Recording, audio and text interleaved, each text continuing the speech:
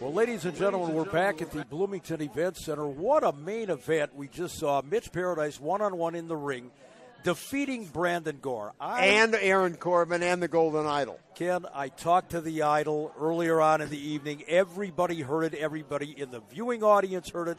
Everybody in the building heard it. The Idol basically said if Mitch Paradise got past Brandon Gore, he was in line for a championship match with Jay Bradley. And remember when I said suddenly you're taking the Idol at his word? We should have known his word is meaningless. Boy, and there goes the iris on the camera. He absolutely pulls the swerve, the big lie, the BS every single time out. First, he suspends Ed Hellier, his own business partner. I still don't understand that at all. But again, Mitch Paradise has a resume second to none in Steel Domain Wrestling for the past 20-plus years. For the Golden Idol to say that Mitch has to earn a championship match, are you kidding me? As I mentioned, a championship title shot he has earned in the last few months over and over again in Steel Domain Wrestling.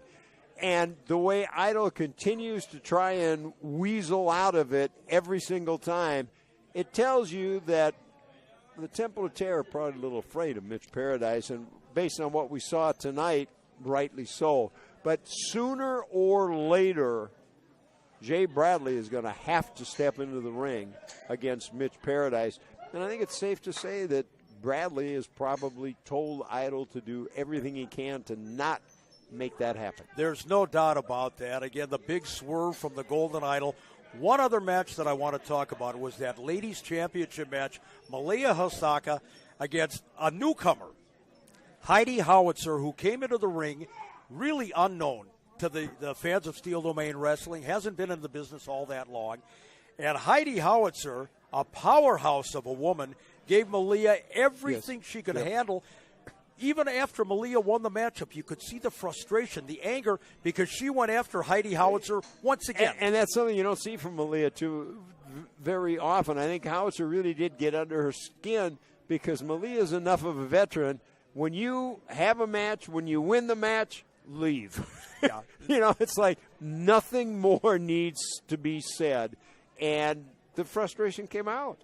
Well, Malia Hosaka never one to be, long on temper. Ladies and gentlemen, May 31st, Friday night, is the next date here, Steel Domain Wrestling, back at the Bloomington Event Center. You heard Mitch Paradise saying he's going to have himself a tag team partner to go against the Temple of Terror, which I assume, you can't assume now because you've got Jay Bradley in the mix, Aaron Corbin, Brandon Gore, any mix of the three. It's the old Freebird rule, I guess, in wrestling. The Idol's got another one up his sleeve, but again, that's May 31st. So you don't think that the Idol put Riley Jackson in that match? He could. He could throw Riley Jackson in there, too. He might throw, Jason Yerke in there. Can you imagine that? If Mitch Paradise picked Jason Yerke to get into the ring? No, you can't imagine it. No. Another one that we want to talk about real quickly is the victory that Eric Cannon scored tonight over Aaron Corbin. And, of course, after the match. Not a good night for the Temple. Not a good night at all. And once again, the Temple of Terror attacked Eric Cannon after the matchup. I promise you, Eric Cannon is going to put the call out to A.J. LaRock, the Canadian Crusher. And this one is also far from over. Exactly. Ladies and gentlemen, as Ken Resnick said, not a good night for the Temple of Terror, which means a good night for everyone else. Absolutely. Ladies and gentlemen, for our entire crew here at the Bloomington Event Center and for Todd Grover, this is the hardest working man with a handheld camera, I think, this side of whatever. And don't forget Ed Hellier, who could not be with us tonight. He was suspended. His own business That's partner. what I said, could not be with us. Idol said he was 50-50 business partners with Hellier. Big mistake. Ed says it's 60-40. They're butting heads again. Ladies and gentlemen, we will see you May 31st right back here at the Bloomington Event Center for Steel Domain Wrestling.